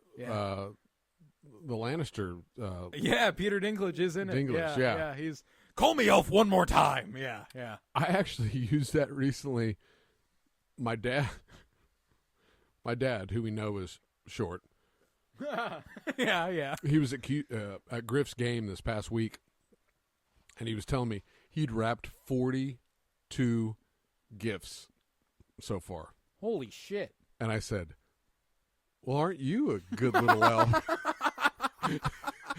And he laughed. He got it. But that quote, I thought of, well, aren't you a fun little elf? Whatever it is, I got it from the movie Elf. Angry elf. He's an angry little elf. Yeah. Call me Elf one more time, Yeah, Peter Dinklage is Jon Favreau. Yeah, he directed that. He directed actually. it. And he's the nurse, doctor. Yeah. My thumb is a heartbeat. It's a boy. Yeah. Congratulations. Congratulations, it's a boy. Zoe Deschanel is the woman he falls in. Speaking of New Girl, you connected it to New Girl earlier. Yeah. But did you know that there could have been an elf too? But I have no doubt. It's actually insane there's not an elf too. He did not. Will Ferrell and Jon Favreau. They had the integrity to be like, there should not be an elf. No, they didn't like each other. Oh. Will Ferrell did not like Jon Favreau. That makes. I from what I read. But no, I've read that on a few different occasions that it just didn't go. I'm more satisfied with that answer than them being like, we thought Will the Ferrell story refused ended. to do it. No, he's like from what I read, they were lucky to get it done. Wow. I'm sure it was exaggerated, but no. R.I.P. James Caan, by the way. Oh yeah. Whenever he lets it go, and he's like, when he joins the song, that song at the end, oh, it's good. Gets me every time. It gets me. And then the choral version of it comes in, and you're like, oh yeah. The best way to spread Christmas cheer is singing loud for all to hear. I love it. I'm a sucker for it. And James Caan is a legend. I absolutely love that guy. Well, and the guy who plays Santa Claus in that movie is an absolute legend too. Also R.I.P. Yes. Asner? Ed Asner? Ed Asner, yeah. And when you mentioned Paul Giamatti, he gives him a run for his money. Yeah. Ed Asner, I thought, did amazing. He just doesn't have as big of a role in the movie as Paul Giamatti does. But yeah, I agree. Ed Asner is hella, and he's also hey, that's a Kansas City man, Ed Asner. Yeah. So Bob fucking Newhart.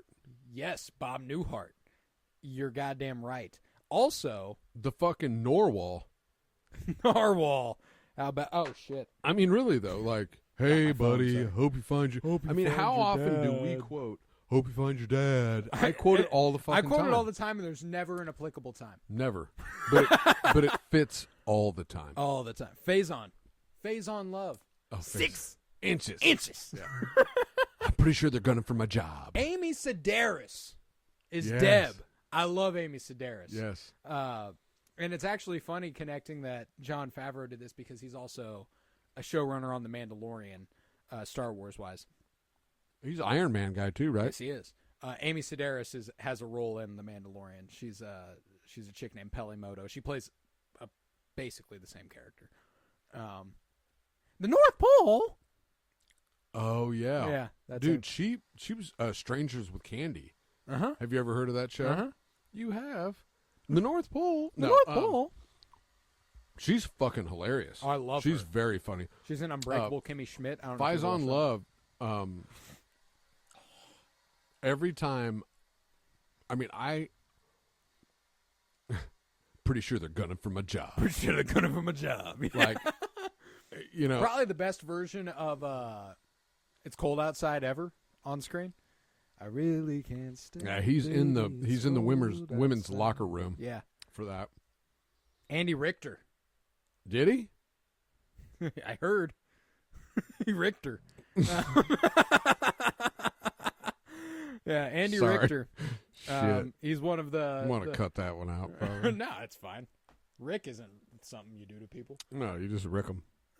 Rick and Morty. And Andy Richter. Rick and Morty, by the way. You ever seen that Christmas special? What's he doing to Morty? He's ricking him.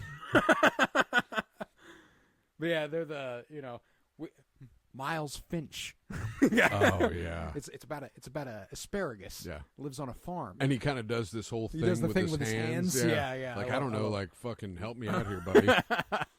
He's like, I got at least 5 ideas in this notebook that I'm jacked out of my mind about, or whatever it is he says, like psyched out of my mind. Jazzed, I think. Jazzed out of my mind about. And he's on the phone with James Caan. He's like, I need a Lincoln, 4-door Lincoln, 68 degrees. Yeah, cool to 68 or whatever. degrees precisely. Yeah. Not 69, not 67, 68 degrees. I love Peter Dinklage. So yeah, I mean Elf is a classic. And that was your 3, right?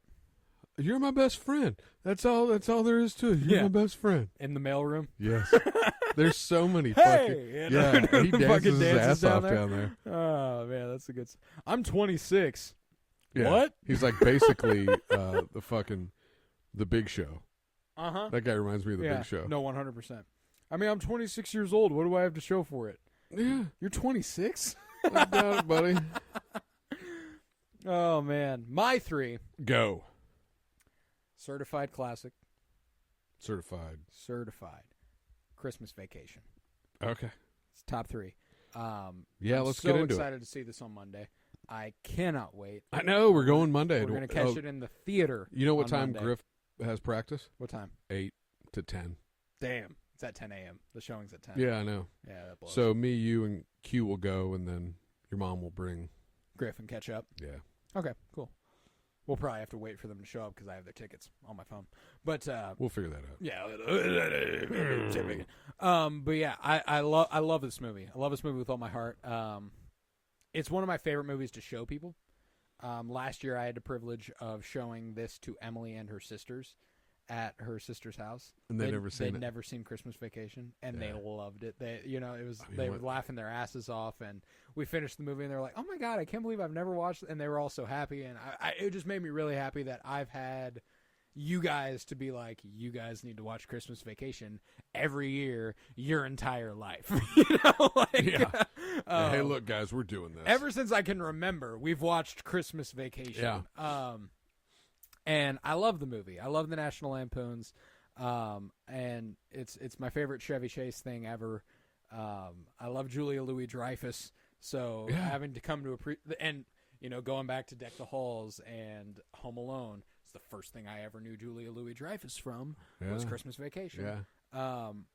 Why is the carpet all wet, Todd? I don't know, Margot. You know, I'm a sucker for it. So Christmas Vacation is a top 3 Christmas movie. Easy. And the only reason I have it at 3 is because I wanted to shine a light on a couple other 2 that I know you have Christmas Vacation above where I have it. So I'm comfortable with it. Yeah. I do. I do have it up there. And my ranking on this one also, my top 3 are my top 3, kind of an arbitrary ranking. I don't know what my top, I don't know the order of my top 3. They just are my top 3. Everything else, fuck it. I just put them in order. I don't even really have an order. Right. You know what I'm saying? Right. How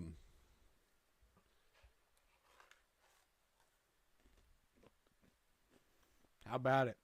What's your 2? You thinking on it? You deciding? No, I do have it. I was going to talk a little more on Vacation, but we can spend more time on it later. My 2 is one that no one in this house as appreciated like you has ever let me enjoy. Hold on. Let you enjoy? Well, look, one day you might understand. Is sometimes, you enjoy movies or shows or entertainment growing up, and then you really, really hope that you can share that. Mm-hmm. No, I know what you're talking about. It's never been shared. And I get why, but not really. I get more Emmett Otter, why Emmett Otter would not be shared. This one, nobody likes. Even your mom, I don't think, likes that much, because she doesn't. I don't know if it's just, I don't know if it's because starting Christmas Eve, they play it 24 hours a day on TNT. But that's part. I love that. That's part of why I love it. Yeah. And it did not used to be that way. Like, I mean, when I fell in love with it, I was a little kid. Mm-hmm. But it's a Christmas story. Like, that was the quintessential Christmas movie. It still is. That was it. Yeah. Like, Ralphie. Like I Triple Dog Dare You. He's in Elf, by the way. Yeah, he is. Billingsley. Peter Billingsley. Yeah. He's one of the elves. He's one of the elves. Yeah. The little brother who is packed so tight into his winter wear that he can't put I can't put my arms down. Yeah. Like the fucking electric sex gleaming in the window is the exact quote. Fragile. Yes, must be Italian for the fucking lamp that comes. And I will say, I've obviously never given this the love that you would hope. Oh no, and I get it. No, well, that's the thing is that I think for some reason, and you know what, I really do think there's specific movies we can point to and go, this is why I never loved this movie. And I think it's because of things like Elf. And I think it's because of things like Home Alone. Oh, yeah. I think there were just more surface level, exciting things. More your age. Yes, exactly. Your time. 100%. Where the fuck are they now? We need one. I agree wholeheartedly. That's why, I think I want to watch in the next few days. I want to watch A Christmas Story with you. You'll have 24 hours. I know I will. That's why I haven't. That's why I'm like, I'm ready for it, because I do want to sit down and watch Christmas Story for what will probably be the first time I've sat down and watched A Christmas Story. I actually beginning to end for the first time in years. You know, it's always just kind of on. To your point, that might be part of it with your with your generation, but it did become the whole 24 hours. And I mean, when we wake up in the morning, or like Christmas Eve, like if mom's side of the family comes over, yeah, we just put it on. Yeah, and I do it. I put it on in the background just because I love it. I love to have it on, but and nobody pays. Mm-hmm. And so, to your point, like it's just always there. Nobody ever really watch. It's just more of like a. It's tradition, you know. Yeah, and just something that's on. And that's why, like, to go back to your point, if we were at Grandma and Grandpa's house, and it wasn't on the living room TV whenever we bring the lights on in the living room. Like, whenever we turn the light on in the living room at Grandma and Grandpa's house, it's Christmas. Yeah. I don't know if that makes sense to you, but it makes sense to me, and I know it would make sense to Q and Griffin. That light in the living room that's above the coffee table in the living room is never on unless it's Christmas. Oh, really? Christmas That's so funny. I've never... Yeah. That's when we turn that motherfucker on, because it's time to open gifts. Oh my God, that's so funny. I've never noticed that. Yeah, 100%. And like, there's probably been times throughout the years that it's been on, but like, that signifies... when we turn it on, it reminds me instantly of Christmas. Because that's the only time that room is that lit. That's so funny. But yeah, so like, whenever that light's on and Christmas Story is on the TV, and we're all gathered around the coffee table, and someone's in the recliner, and there's a few people in the kitchen, and we're all gathered around, I'm like, this feels right, you know? Yeah. And I don't think it would feel right without Christmas Story on the TV. So, like, to your credit, like, that's one of those things that, like, it is quintessential. It's important. And, like, that's why, like, I want to, like I did with Emma Daughter just earlier tonight, I think I will appreciate it more than I ever have. I think so, too. I hope so.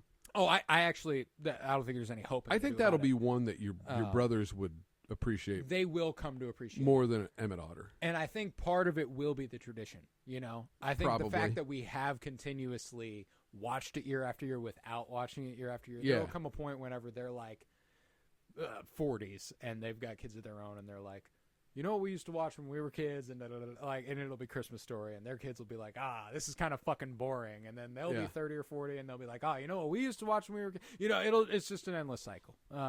No, and it's so funny. There's just something about all of these movies. I'm just now thinking of it for A Christmas Story, but it applies to all of them, where, and maybe it's just me, but there's a magic to Christmas for me, you know, and it started with movies like that, and it's carried on with some of the movies we talked about. You know, you mentioned the yeah. Like that fucking that gets me. Like, gets me every time on Elf. Like when he's peeking out the back of the fucking sleigh. Yeah. Gets me every time. It was 2004 is what you said? Yeah. 20 years. Right? But all of them, and it started with probably A Christmas Story, where there's just a certain magic to it, you know? Like, that just it gets you in the good spot every time. And that's why I appreciate movies and in music, you know, like, I understand why everybody wants to start playing Christmas music fresh off of Halloween. But that's the thing, is that, like, I want to preserve the magic a little bit, and something that preserves magic is scarcity. You know, whenever you decide, sprinkling it out there. Yeah. You know, if you don't have flood, too much you don't want of to flood the something, market. You start to take it for granted. You know, and that's kind of how I feel about a lot of stuff that I really love. You know, like, I grew up, I loved Marvel movies, and I still love Star Wars. But, like, something that I am vehemently of the mind of is that I am so thankful we haven't had a Star Wars movie in 5 years, because if we had a Star Wars movie every year, I wouldn't love them. Right. As much as I do. You know what I'm saying? Like, I've had fucking 10 TV shows since then. But, like, neither here nor there. Like, that's kind of, like, that's why I don't watch Christmas movies in July. And it's something that impresses me about Mom, is that no matter what, she can feel that energy. She can feel that love and that excitement for the season. Yeah. I think Hallmark fills a certain space for people, like, because I feel like the whole, like, Christmas in July. Yeah, it's just, those are just love romance stories movies set at Christmas that just happen to be at Christmas. Yeah. So those aren't Christmas. I don't think that, like, and they've got the classic. She necessarily like, this is looks Santa at Claus's son and all that. Yeah, Santa Baby and all that good stuff. Yeah. Those are classics, by the way. Santa Baby is good. Those are good. We haven't watched that in forever. I know. But no. But you know who has? Mom. Yeah. Mom probably watched that this May. You know what I'm saying? True. True. That's what always impresses me about her. But like that's like that's kind of how I feel about it, which is why I do think I view Christmas movies in a special light in that regard. And that's why like I'm not at my one, but that's why like I really appreciate my one. And I'll get to my two right now just to kind of bridge the gap here. My two is It's a Wonderful Life. You brought it up in the I've heard of that. James Stewart. Yeah, of course you've heard of it. He was James. He wasn't Jimmy then. Jimmy. James Stewart. Jimmy Stewart.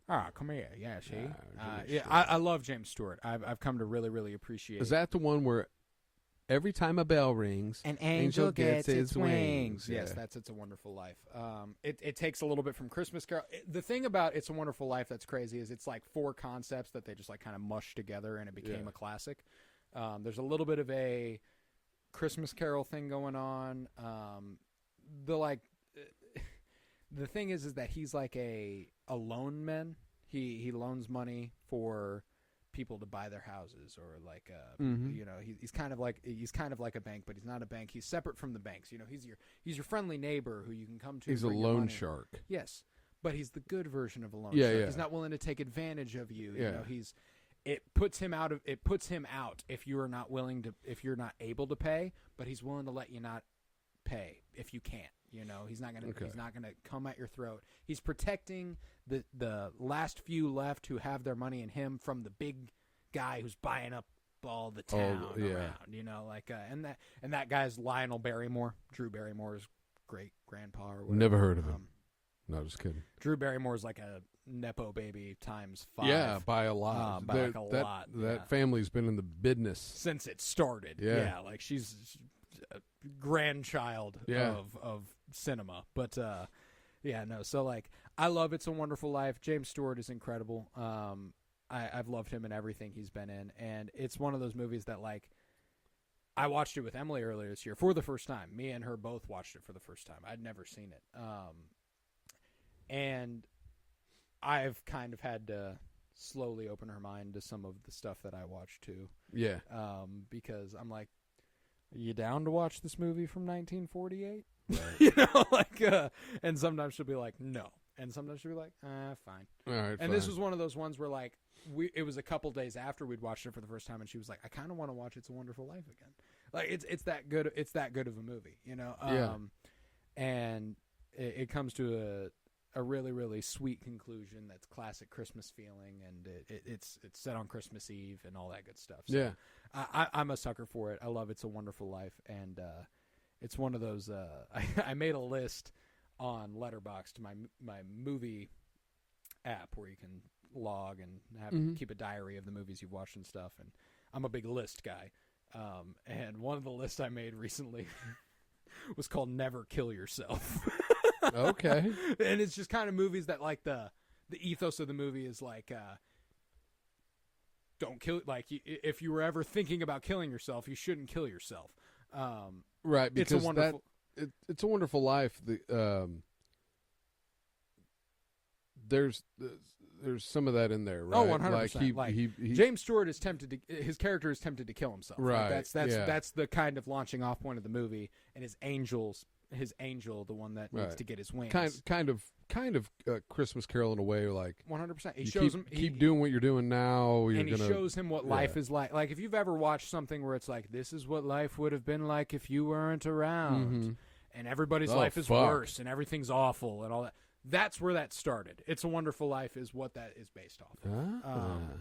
And it's like, he's like, I kind of just wish I never would have existed. And he's like, oh yeah, do you? Let me show you. He's like, all right, It's like you never existed. like a huge butterfly effect. Exactly, 100%. That's what the movie. You ever seen that movie? Not a Christmas movie. The Ashton Kutcher one? Yeah, I've not, but I've heard it'll fuck you up. It Am will. I right? It will. Don't watch it. I won't watch it. It's not a Christmas movie to be. No.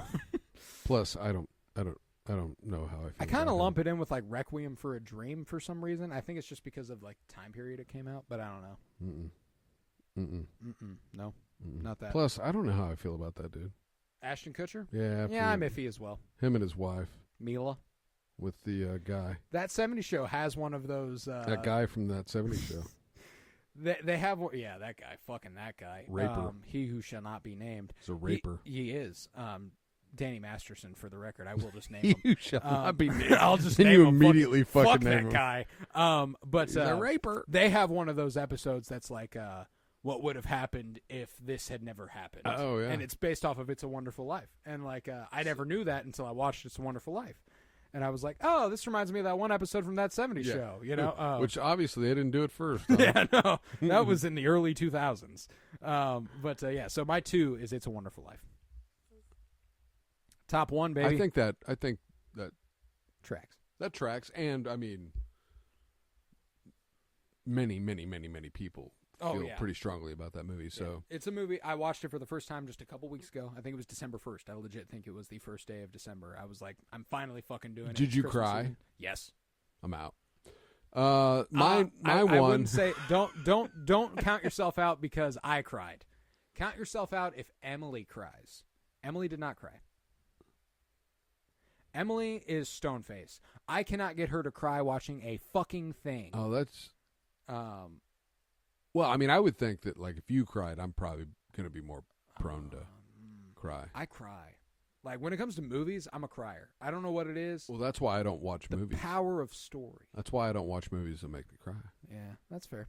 That's fair. Because you're like, this will make me cry. I can like, hardly watch Boys in the Hood anymore. I mean, Boys in the Hood. Don't even talk to me about Menace to Society. Oof. You ever seen that? Yeah. O-Dog in the Courtyard? Yeah. Duh. O-Dog in the Courtyard. Duh. Ricky! Yeah, no, that'll fuck me up. Boys in the Hood that's a rough one. But It's a Wonderful Life doesn't have a tragic moment like that. It's just dude, just thinking about like, what am I doing? I'm a happy cry guy too. Like if something makes me like, oh man, that was beautiful, that'll make me cry. And I like those cries. Frankly, I like the cries that are like, wow, that was so sad. I love this movie.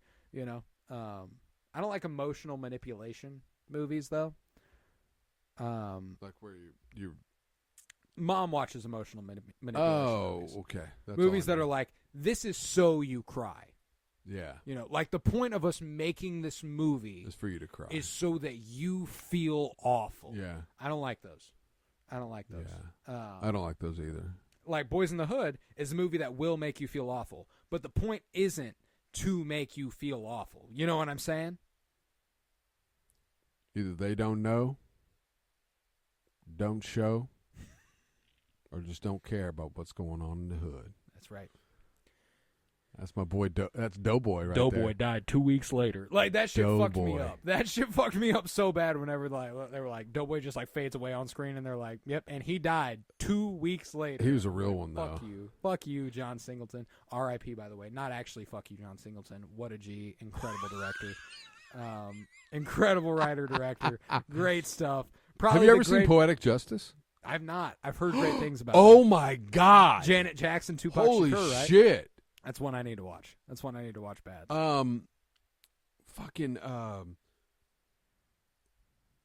She's in The Watchmen. Regina King. Regina King. I could tell based off the action you did. I was like, are you talking about Regina King? She was like, she's in Friday also, by the way. Of course, yeah. She's in Boys in the Hood and the Boondock Saints. Sorry, or Boondocks, not the Boondocks. The Boondocks, Saints. the cartoon. Yeah, the Boondocks. She voices Huey and she's in Riley. Jerry Maguire. Yeah, Regina King's the shit. She's in If Beale Street Could Talk. We are actually going. She's to amazing. Cover that here in a couple months on the Cinementalist. She breaks up with. All right, not to get too far off. No, I mean I'm down to talk about Regina King. I love Regina King. But she has a quote from Poetic Justice she's been dating. So they end up on this fucking road trip. They're in this mail truck. Poetic justice. Tupac. Poetic justice. And a dude, something Tory, first name. Anyway, his brother was a comedian. He was a comedian too. He's the other male lead in it. Mm-hmm. And then you got Regina and you got Janet. And Regina's breaking up with this dude.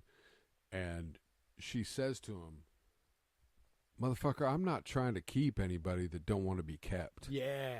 I've heard that line. I probably said it. Yeah, yeah. Because, and that's stuff, I mean, I was probably 13, 14. I'm like, I ain't trying to keep nobody that ain't trying to be kept. Yeah, I don't want to, like, you're like, they're having issues. spit like, facts, Regina. Yeah, you don't want to be kept, then fuck you. You know what I mean? Like, yeah, anyway. I'm certain you've relayed that sentiment to me. That's a great movie. I'm a sucker for Regina King, too, so I do need to watch that. Every time I'm reminded. That's a John Singleton movie, too. Is it? I think Poetic Justice is, yeah. Oh, I love me some John Singleton, so I'll definitely have to check it out. But every time I'm reminded that Tupac didn't make it to 27, it absolutely like the way that dude carried himself blows my fucking mind. Like the fact that interviews I watched with that guy are when he was my age. He didn't make it to 26. I'm pretty sure he was 26. It was born June 16th, 1971. He died September 13th, 1996. 1996. So 25. Fuck. Yeah, he wasn't 26. God damn. Like every time like what he accomplished. Yeah, like and every time I watch and even beyond what he accomplished. Like anytime I watch a video of him talking about a rose that grew from concrete or whatever, like anytime he talked about like anything. He was so articulate and so intelligent in a way that, like, even my most educated friends are not. And it kind of makes me go, like, holy shit, what did this dude have figured out? Like, it's mind-blowing how incredibly poignant that was a tragedy. I could do 2 hours on Tupac. I know we could. I know. We probably will one day. But Juice, Poetic Justice, the fact that he was breaching into an acting career right there at the end. Just doing it off raw talent. Mm-hmm. And he was good at it. He was good in charisma. Juice. I've watched Juice. I have not watched Poetic Juice Justice. is fucking amazing, Juice is too. great. Yeah. Omar Epps, I mean, salute to that dude. He's been in a lot of good shit, especially back then. But no, Tupac was ahead of his time. He should have stuck. He should have stuck with that. He kind of became someone he really wasn't, and that's how that shit went down. Right. It's how at the time though, I lived it, and it was like, but looking back on it, anyway, yeah, we'll do Tupac later. Yeah. It's a Wonderful Life at 2. Number 1 for me. Favorite Christmas movie of all time? What is it? I know it. Hip hip hooray for Christmas vacation. Christmas vacation. Christmas vacation. Hip hip hooray for Christmas vacation. Yeah, that's a classic. Yeah, that's that's the good stuff. That's it. Yeah. Ring a ding a ding a ding ding. Yeah. For everything that we talked about earlier. Malakalikimaka is the ring to say on a bright Hawaiian Christmas day. It's the island reading that we send to you. Yeah, that's the good stuff. I mean, Cousin Eddie. Shitter was full. Shitter was full. I mean, oh, honey, have you checked our shitter? You know, like everything. I'll be outside. Look at that panty line, Russ. For the holiday. Can't even see it. Can't even see it. Can't even see it, can you, Russ? No, you can't, Dad. Yule log. Not to say that I had a log. Not to. I mean, like the whole fucking thing. Yeah, all of it. It's great. It's nipple. Great. Did I say nipple? It's nipply outside. You know. So many fucking great one-liners. When Cousin Eddie doesn't want to go down the hill because the only thing in between his head and his brain is a piece of government plastic. Yeah, you know? Yeah. And he's like, "Well, do you really think it's going to matter, Eddie?" He's like, "Well, I got my part here." And so it has nothing to do with his brain. It has more to do with, like, his hair. If his hair gets fucking messed up. Now, over here, nothing. But if I get it, my hair just ain't going to look right. Like, everything about it. And that's like, Randy Quaid, who is... Randy Quaid, yeah. off the There's fucking so rocker many now. fucking quotes, though. So many quotes from that movie. Oh, incredible! Isn't Randy Quaid Dennis Quaid's brother? Yeah. Yeah. Jack Quaid's uncle. Yes. Yeah. Yeah. Jack Quaid's uncle. Meg Ryan's Meg brother-in-law. Ryan's ex-brother-in-law. We could do this all day. Randy Quaid's dad's son. Yeah, that's true. Randy Quaid's uncle's nephew. Yeah. But yeah, no, I do love that movie with all my heart. And it is like, when it comes to the classics, Oh yeah. it's my favorite. When it like, as far as the movies I've been watching all my life, the movies that that's I'll what's so routinely come funny back, is that one always clicked with me more than Christmas Story did. it's so interesting because everybody, all you guys have enjoyed that movie. Yeah, You know, I don't know. I think it's like from the very beginning, and literally from the very beginning of the movie, when they're driving down the fucking, they get stuck highway. underneath Yeah. the truck. And Joy everything. to the world. I mean, Yeah. like everything. I don't know. Yeah. I don't know what it is about that movie that just kind of clicked with us when I was younger. But Sing it, Russ. Like every. Yeah, it's good. It's great stuff. And I mean, I love Beverly D'Angelo. is amazing. Yeah, I love her. I love her a great deal. I think she's incredible as Clark's She's better half. she's tolerating. Yeah, him, she's tolerant. You know, and when Juliette Lewis, who we haven't talked Lewis? about, is like, I have to sleep with Russ. I have to sleep with my brother. You know, how sick and twisted that is.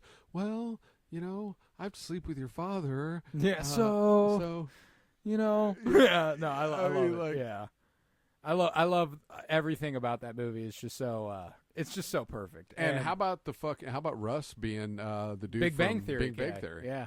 Yeah. Go on to have a pretty successful. He did life. pretty good. Yeah, he did pretty good for He himself. did Roseanne before that. That's true. Anyway. Sure. Yeah, no, I'm big on Christmas Vacation. As far as the ones that I've grown up watching, my top one is not one that I grew up watching. By the way, name a better original movie song, Christmas song, than Hip Hip Hooray for Christmas Vacation. They do the whole cartoon at the beginning. Yeah, no, I can't really, because all of them are classic. You know, there's not really one that I can point to. They and go, went ahead and invented one. Yeah, that's good. That's a good point. I never really considered that. Oh, yeah. Yeah, that's good stuff. I love that. All right, what 1930s movie is... No. Mine's a 2023 movie. My top one favorite Christmas movie of all time is The Holdovers. I wondered if I forgot about that. Yeah. I saw that on one of my lists. I fucking love The Holdovers. I'd only watched it once. And is then, it Christmas? Yes, this is a Christmas movie. This is Paul Giamatti. Yes, Paul Giamatti, not playing Santa, not Santa in this one, but he's a professor at a boarding school.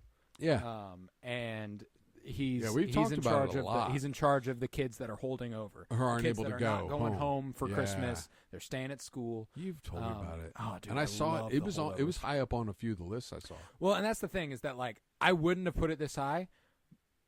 Fresh off my first watch, it probably still would have been top 10 off my first watch. But I did watch it a couple weeks ago because it's our Christmas Day movie on our movie podcast, The Cinementalists. If you go there on Christmas Day, you will find an episode of on The Holdovers. And I was just excited to revisit it. It felt timely. People are talking about it because it's Christmas and it's less than a year old. It feels right. You know? Yeah. But then I watched it again and I was like, oh, I love this movie. One of the things that it made me realize when I watched it, and you'll hear me say this on the Wednesday or the Christmas episode on The Cinementalists, is that when it came to last year's 2023 movies, I watch enough movies every year where I can be like, it was outside of my top 5 for 2023. Right. It would easily be top 1 this year. Oh. This year hasn't held a fucking candle to last year. And kind of watching it in December of 2024 after I've watched every movie this year and being like, oh my God, this is wow, miles. this is so much better This is miles than everything. ahead. It just made me realize how much I need to appreciate that movie. And last year I even realized, I was like, you know, when we talk about Christmas Vacation and Elf and Christmas Story and Fred Claus and all this stuff that I've grown up watching, and I've been like, wow, yeah, I'm going to revisit that every year, and that's special and all that. I hadn't had one that came out like when I was conscious. Yeah. That I'm like, oh, I'm going to watch that every year for the rest of my life. Wow. The Holdovers is that. I'm like, I'm going That's to watch awesome. that every year until awesome. I die. Yeah. That's how I feel about the Holdovers. So like, I feel really, really like that's a Christmas movie for me. And that's my favorite like your Christmas movie. Yeah, I love it. That you'll share with other people. Mm-hmm. Yeah. Dominic Sessa, Paul Giamatti, Divine Joy Randolph. It's a great cast. Okay, I will watch it now that I know that this is that substantial. It's and like it's set during the Vietnam War, and it's so it's current. Yeah, it's happening right now. The Vietnam War is active. No, but it's set in the early 70s. It even branches into like the end of the movie branches into like New Year's. I did not realize that. Yeah, because you and I have talked about the Holdovers. I don't think I realized it was based on that time period. Mm-hmm. It's set in the 70s. And like one of the core ideas is that the main kid who Paul Giamatti forms a relationship with, and like they're like they have the rapport. If he doesn't succeed in school, he's going to get sent to military school, which means he will certainly be sent to Vietnam, and nobody wants that. And nobody wants that. He'll probably die and all that stuff. So like, it's just kind of like it's impressive to see doing the math. Yeah, my likelihood of dying. Yeah, I'm probably like because then one of the other ladies, Divine Joy Randolph, is like the lunch lady at the school, and she's holding over. Her son attended the school, but then they couldn't afford to send him to college. So he went off to fight, and he died. And so now she stays there because it feels like she's close to them and close to him and stuff. So, like, it's just like... That sounds sad, too. It's a little sad. But... Did you cry? Yeah. But... From a sad place or from an uplifting? It's a good cry. It's a good cry. It's a good cry. You know, you've watched Dead Poets Society, right? No, I don't watch anything that's dead. Well, Dead Poets Society will make you cry. No, I have. It's been a long time. Robin Williams. Yeah. The kid who, Robert Sean Leonard, it's a fucking kills amazing. Himself. Yeah, it's an amazing movie. And they're like, you are fired. So you're saying it's like that? No. Okay. It's you in went that to vein. that one. It's in that that was vein. your first. Yes, I mean, like it's in the vein. You seen Dead Poets Society? Yeah.